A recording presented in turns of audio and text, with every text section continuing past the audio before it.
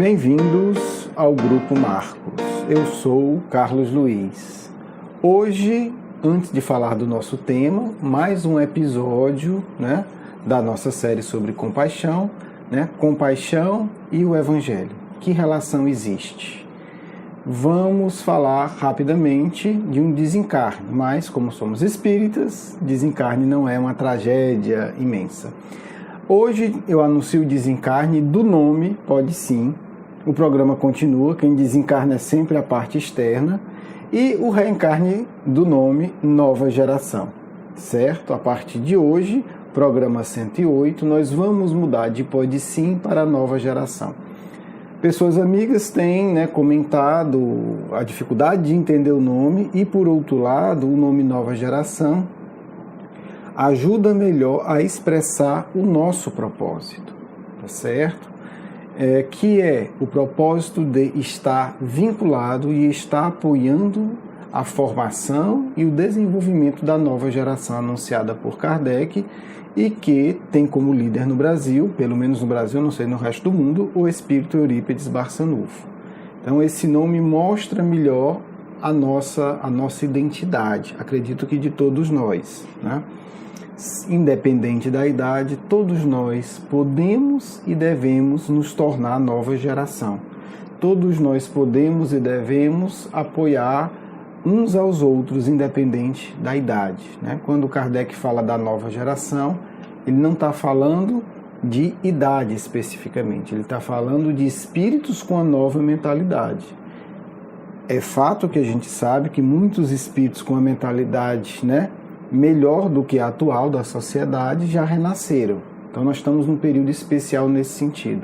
Mas não quer dizer que a idade defina quem está vinculado à nova geração. É muito mais uma conduta, uma forma de viver, como explica Kardec lá na Gênese, no finalzinho da Gênese, no último capítulo, onde ele vai tratar do assunto com o título Nova Geração. Então, explicado isso, porque mudamos de nome agora no programa 108, vamos para o nosso tema, o que é paixão? Nós vamos falar de compaixão. No próximo programa nós vamos entrar especificamente no tema a paixão de Cristo, que é o termo que a gente usa ao se referir a todo o processo doloroso de crucificação do nosso mestre. É importante a gente entender o que é paixão. Bem, paixão, peguei duas definições que eu acho que nos esclarece mais nesse momento.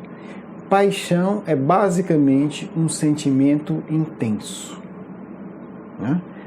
Podemos ter paixão pela arte, podemos ter paixão pela literatura, podemos ter paixão pelo bem-estar do próximo, podemos ter paixão por construir uma sociedade mais justa.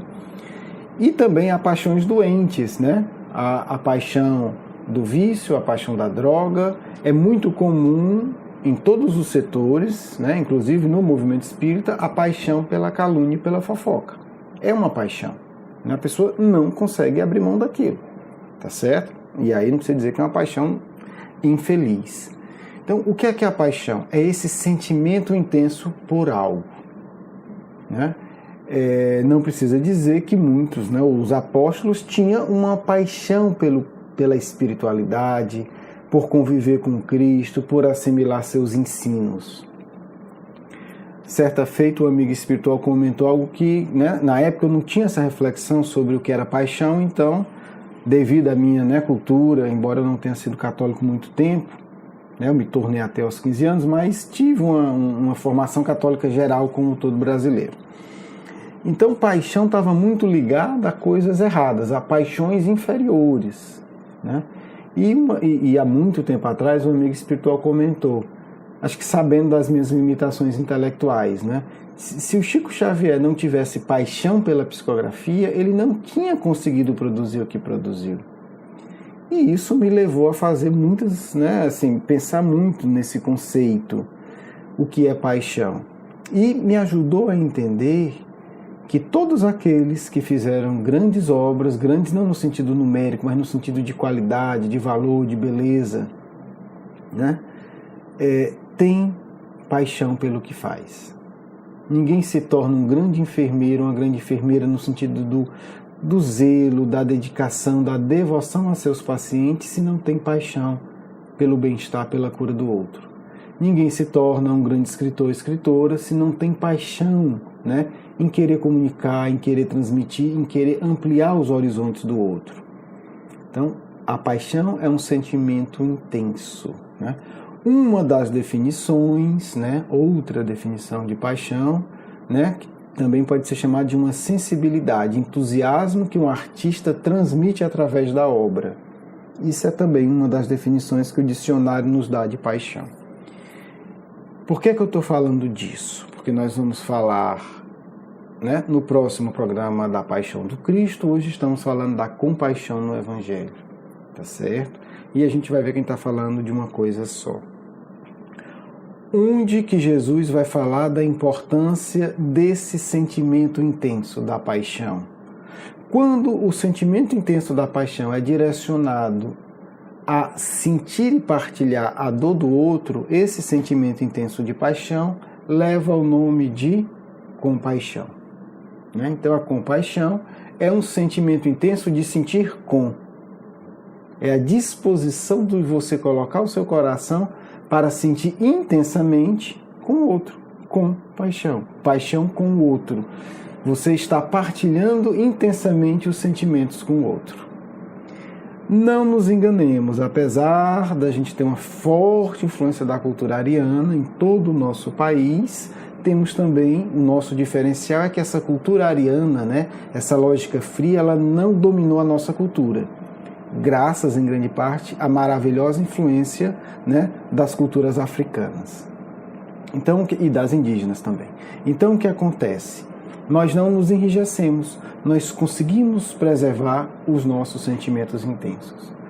Quando um dos maiores sociólogos brasileiros, né, Sérgio Buarque de Holanda, fala que o brasileiro é um homem cordial, ele não está falando que o brasileiro é educado, ele está falando que o brasileiro age com o coração. Né? É um dos grandes conceitos sobre o que é a identidade brasileira. Nós somos um povo de sentimentos intensos, nós somos um povo de paixão.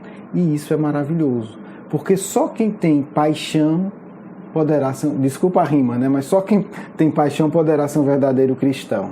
Não existem verdadeiros cristãos sem paixão.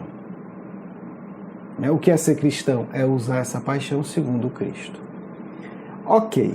Vamos entender como é que o Cristo orienta o uso desse sentimento intenso. Todos sabemos que Kardec coloca à frente do lema espírita o fora da caridade não há salvação. E ele vai fundamentar com uma história, que é a história que Jesus conta. E é uma história que fala de paixão e que fala de compaixão. E fala também da falta da paixão e da falta da compaixão. Não vou aprofundar tudo, mas acho que vai dar para dar um panorama geral. Vamos lá. Eu estou falando da parábola do bom samaritano, né? Não precisa dizer que parábola quer dizer que é história inventada, história criada. Nesse caso, foi uma história criada por um excelente literato, né? Sem puxar o saco, a gente pode dizer o maior de todos os tempos. Se chama Jesus de Nazaré. Se Jesus não entendesse de literatura, ele não criaria imagens tão poderosas que duraram na memória da humanidade 2000 anos. Porque não era Jesus falando e o povo anotando, não. Isso fixou de tal forma no psiquismo de quem ouviu que essa história sobreviveu. Séculos depois, muito tempo depois, é que ela foi escrita e divulgada, tá certo? O caso de Mateus ainda foi, né? Ainda foi no primeiro século, digamos assim. Mas ficou décadas na memória dos apóstolos. Ok, que história é essa? É a história de um debate, né? A gente trabalhou muito essa questão do diálogo, como Jesus lidava com os fariseus no curso, no módulo 2. Quem quiser confere lá, né? Onde Jesus lida com a paixão dos fariseus, que é a paixão da calúnia, a paixão do poder. E aqui a gente tem exatamente uma situação dessa, né? Um homem, doutor da lei, vai conversar com Jesus, perguntar qual é a maior lei. E ele vai dizer, né, amar a Deus sobre todas as coisas e o próximo como a si mesmo. Estou resumindo para chegar no ponto da história. E aí Kardec pega esse trecho. Mas o homem, querendo parecer que era justo, diz a Jesus, quem é o meu próximo? Olha que pergunta curiosa. Né? Quem é esse próximo? Se a lei manda amar a Deus sobre todas as coisas e o próximo como a si mesmo, quem é o tal desse próximo?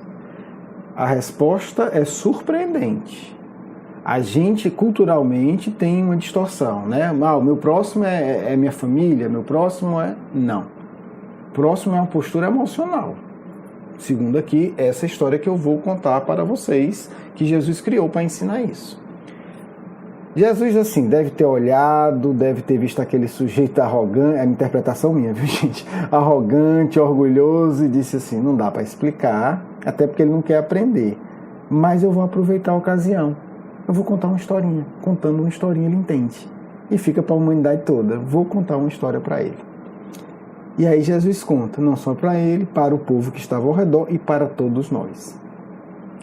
Um homem que descia de Jerusalém para Jericó, e isso é muito simbólico, porque Jerusalém aqui simboliza a religião, está no topo de uma montanha, e Jericó está embaixo, que é a área de outros interesses, dos interesses materiais. Não necessariamente negativo, mas o fato é que o sujeito descia de Jerusalém para Jericó. Caiu em poder de ladrões que os despojaram e o cobriram de ferimentos e se foram deixando semi-morto, né? Foi assaltado, espancado, ficou na estrada. Aconteceu que, em seguida, que um sacerdote, descendo pelo mesmo caminho, o viu e passou adiante. Como quem diz, não é comigo, né? Estou ocupado, tenho mais o que fazer. Um levita, né? Está falando de símbolo, gente, eu não vou entrar nisso, né? O sacerdote como símbolo, o levita como outro símbolo, que também veio àquele lugar, tendo observado, igualmente passou adiante. Quer dizer, os dois são representantes de grupos, são símbolos de grupos diferentes, olharam o homem caído, assaltado, semi-morto, cheio de feridas, olharam e seguiram adiante. Mas um samaritano, e aí é legal entender o que é o samaritano, porque o samaritano era considerado não religioso, né? O samaritano não ia adorar em Jerusalém. O samaritano era considerado um grupo impuro dos judeus, né? Considerado um povo menor. Mas um samaritano que viajava, chegando ao lugar onde jazia aquele homem, tendo-o visto, e aí aqui está discretamente, mas de uma maneira poderosa e inesgotável. O que é que acontece? Os outros dois viram o homem e passaram. O samaritano viu e foi tocado de compaixão. Olha o que é que muda, olha o olhar de cada um. Os dois viram e passaram, quer dizer, nada sentiram, não tiveram um sentimento intenso, tiveram um sentimento de indiferença. Essa é a questão. O samaritano, mesmo não sendo religioso, foi tocado por paixão. Paixão do sofrimento do outro. Ele teve um sentimento intenso ligado com o outro. Ele sentiu o que o outro estava sentindo. Em algum momento, todos nós já sentimos isso, né? Todos nós. A gente já olhou para alguém, conhecido ou desconhecido, numa revista, num jornal, pessoalmente, e de alguma forma a gente sente a dor daquela pessoa.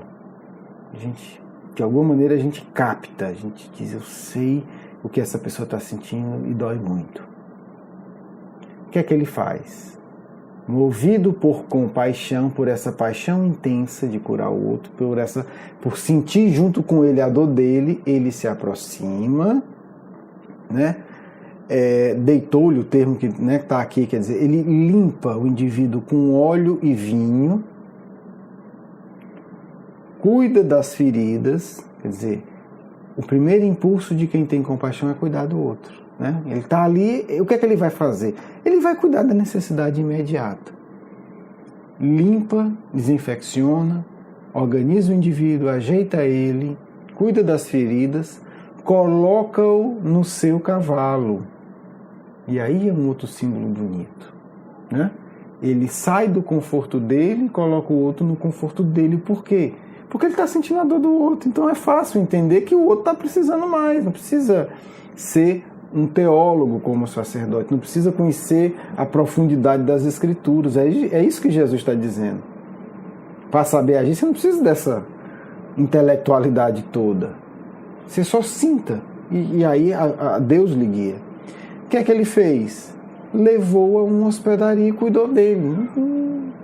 Detalhe. Aí é que está. Jesus não coloca uma linha de diálogo aí. Porque quando a gente quer ajudar, a gente age. Quando a gente não quer, quando a gente está, né? Mas precisa mesmo, você começa a botar dificuldade. Jesus não perguntou quem era, onde é que viu, o que tinha acontecido, se ele era bom, se ele era ruim, se ele ia ter como pagar, não observou as roupas, nada. Ele cuidou das feridas, cedeu o cavalo e levou ele a uma hospedaria e cuidou dele lá. No dia seguinte, tirou 2 denários e deu ao hospedeiro, dizendo: trata muito bem deste homem, e tudo que ele gastar a mais, eu pagarei quando regressar. Né? Nós estamos falando de uma comunidade pequena, em todo mundo as pessoas se conhecem, e, obviamente, esse homem, pelo que dá a entender, passava ali muitas vezes. Então, como quem diz, né? Eu tenho crédito aqui, você pode dar o que ele precisar. Voltando à pergunta inicial do doutor da lei, olha que Jesus está falando com um grande intelectual da época, um homem cultíssimo. E aí ele pergunta, né? E qual foi a pergunta que o homem fez para ele? Quem é meu próximo? Né? Qual desses 3 te parece ter sido próximo daquele que caiu no poder dos ladrões? Como quem diz, contei a história. Qual dos 3? O sacerdote, o religioso formal, o levita, que era outra tribo também, né? Se julgava superior às outras, descendente de Davi, etc. Ou o samaritano, que era considerado, né, impuro e herético? O doutor da lei respondeu: aquele que usou de misericórdia para com ele. Agora, a resposta de Jesus, assim, né, na minha interpretação, claro, é assim, é uma pontada, uma espetada no coração do sujeito, né, assim, enfiou a lança. O que é que Jesus responde para o doutor, né, teórico, acostumado ao conforto e às discussões filosóficas vazias, no caso, tá certo? O que é que Jesus diz? Ele responde bem: aquele que usou de misericórdia para com ele. Jesus diz o quê? Então vai tu e faz o mesmo. Quer dizer, sabe assim, para de discutir comigo, você não disse que já entendeu? Pois vai e faz. Eis a grande diferença entre o saber e o sentir. Porque quem sente compaixão, né? E aí nos 2 sentidos, quem sente intensamente se mobiliza e age. Né? Por isso que não há nenhuma bela obra, e aí o dicionário dá uma das definições, né, a paixão como a obra do artista. Por quê? Porque quem sente intensamente age. Quem sente intensamente está mobilizado, se mobiliza. Né? Quando o samaritano viu o homem no chão, ele sente com intensidade. Então ele se mobiliza. Ele não vai aplicar um questionário, ele não vai fazer 10.000 perguntas. Ele vai socorrer, tá certo? Às vezes a gente vê isso na televisão, embora eu não assista muito, sempre me surpreende. Né? Eu vi uma cena uma vez que, assim, é o oposto. Uma mãe tinha perdido um filho assassinado, chorando, aí chega o repórter e diz: o que a senhora está sentindo? Né? É o oposto do samaritano. O que a senhora está sentindo? A mulher está vendo o filho morto assassinado, você vai perguntar o que a pessoa está sentindo? Né? E isso dá ibope, né, na nossa sociedade, tá certo? Então, é o oposto, é o anti-samaritano aí.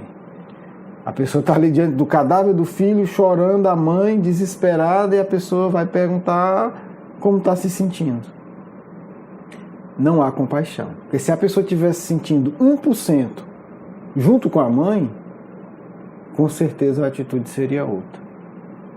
Né? Então, a frieza é a ausência da paixão, a ausência do sentimento intenso, e aí, no caso, um sentimento intenso para sentir junto com o outro, para sentir com o outro, né? Para sentir compaixão.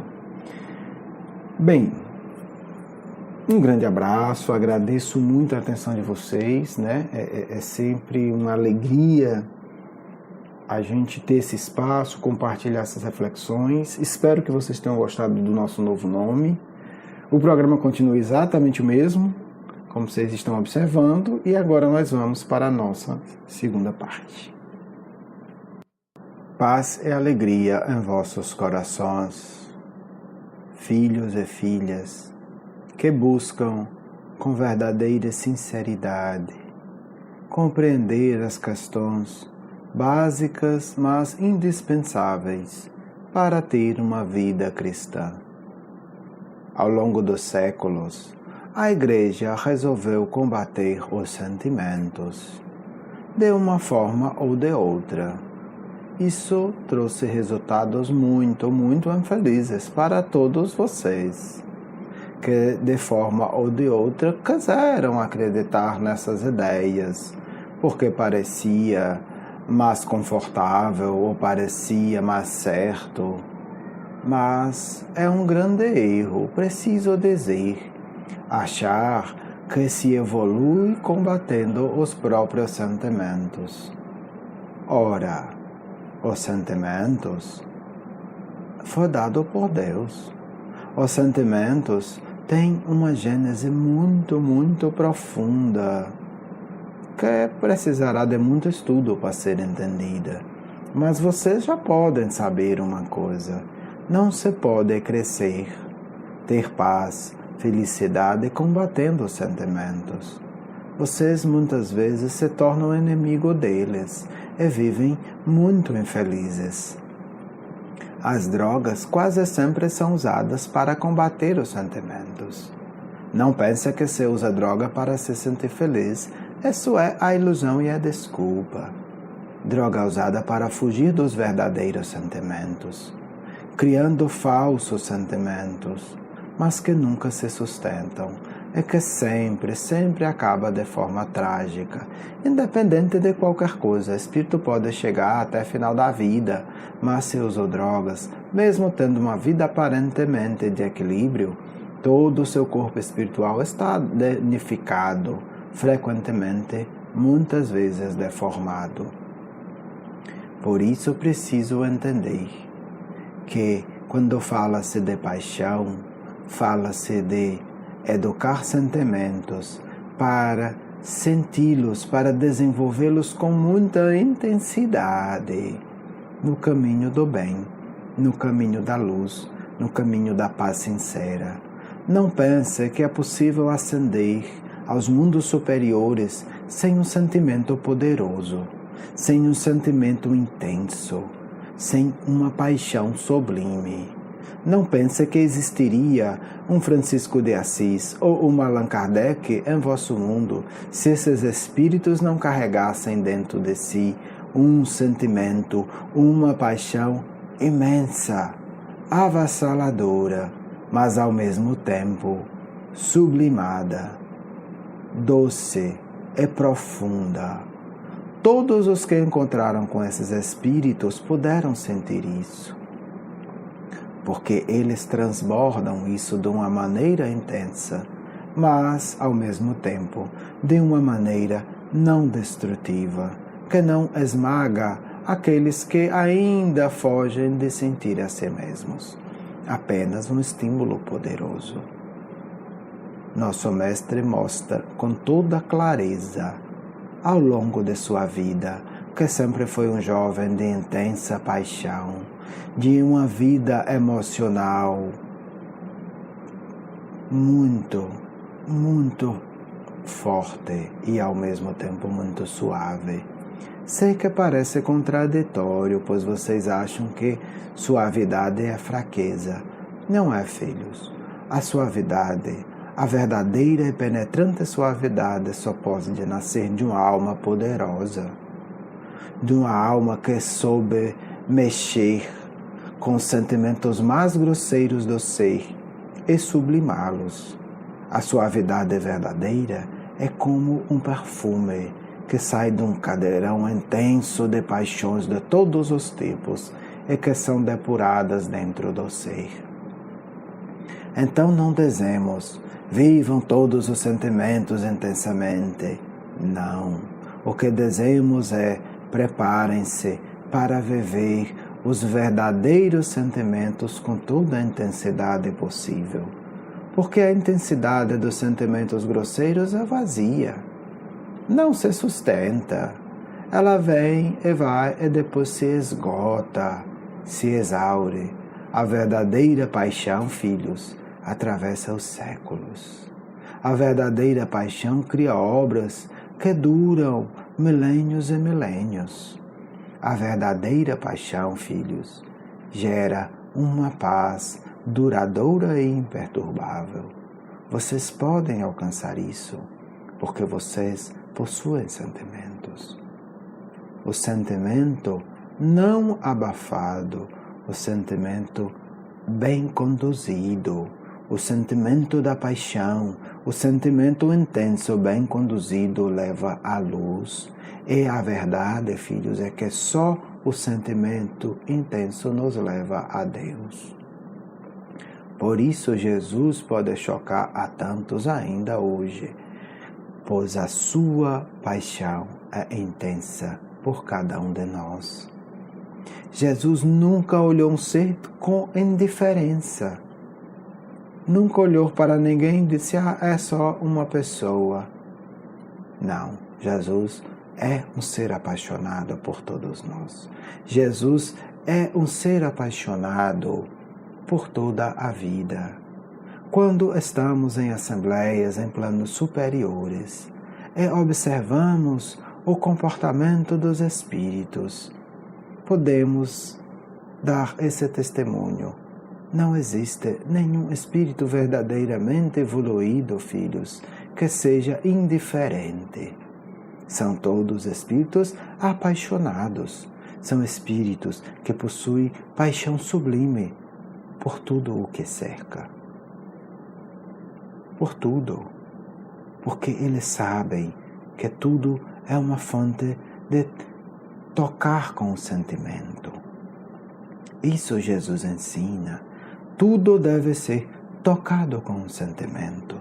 O que sofre é o que se alegra. O nascer é o pôr do sol. A árvore é o fruto. O animal pequeno é o grande.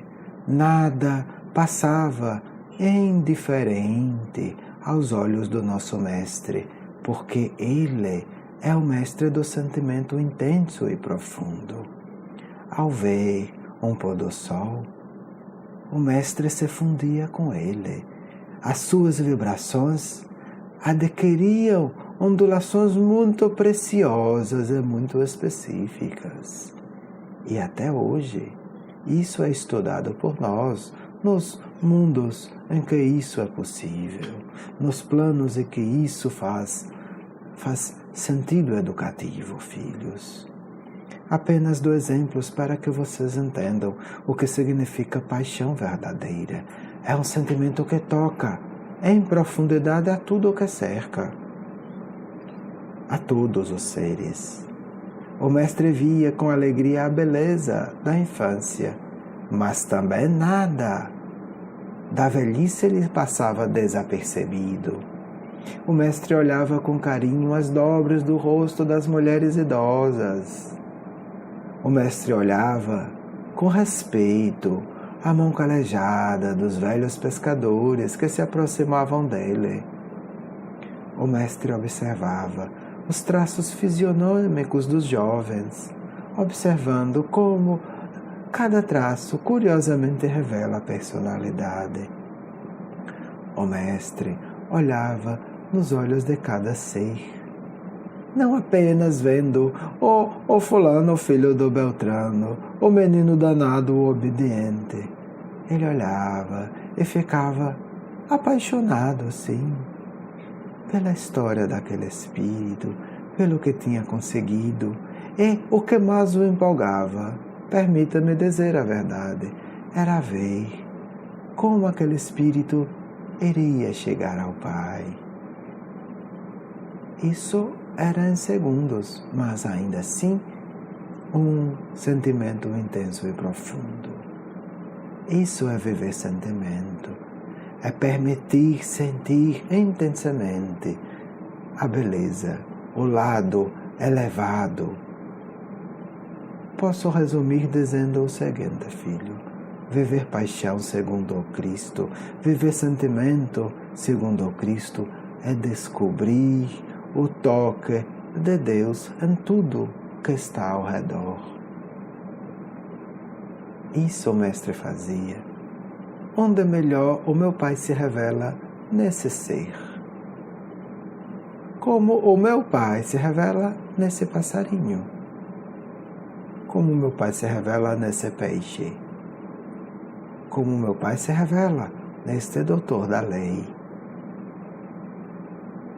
Isso é olhar com paixão, filhos, ver o lado divino. Isso é sentir com o outro, que na verdade deve sempre representar Deus também em nós. É descobrir isso. E o nosso Mestre sempre descobriu isso em tudo. Por isso, a todos, Ele amou e ama intensamente, porque não vê nossas falhas e erros. Nosso Mestre vê Deus em nós e nos ama com uma intensidade que nem todos os milênios podem abalar. Isso é olhar a cada um como o Mestre ensina. Quem quiser faça. É um exercício que podemos fazer. E devemos começar pensando: sou obra de Deus. Descubra Deus em você, filho e filha. Porque o Mestre já descobriu e Ele doou tudo para que o coração dele tocasse o céu. Fica em paz do amigo espiritual de sempre.